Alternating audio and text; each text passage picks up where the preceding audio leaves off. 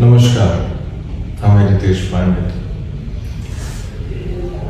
एक फिल्म की शूटिंग के दौरान थोड़ा हमारे घुटनों में चोट आ गई है, जिससे लिगामेंट वगैरह थोड़ा सा प्रॉब्लम हो गया है, तो कल सर्जरी है हमारी। आज रितेश पांडे जी पर संकट का समय है और हम देखते हैं कि संकट के समय में आखिर उनके साथ कौन देते हैं।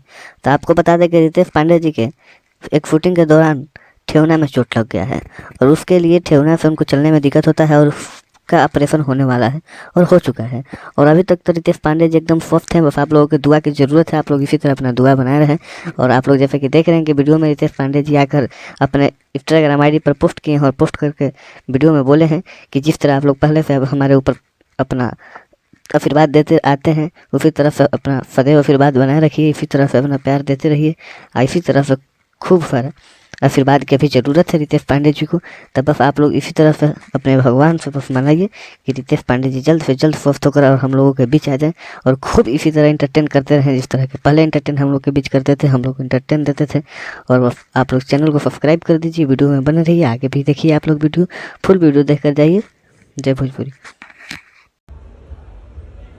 कि जब हमारा भाई दो लाइन गाएगा नहीं तो हम उसको नहीं करने देंगे।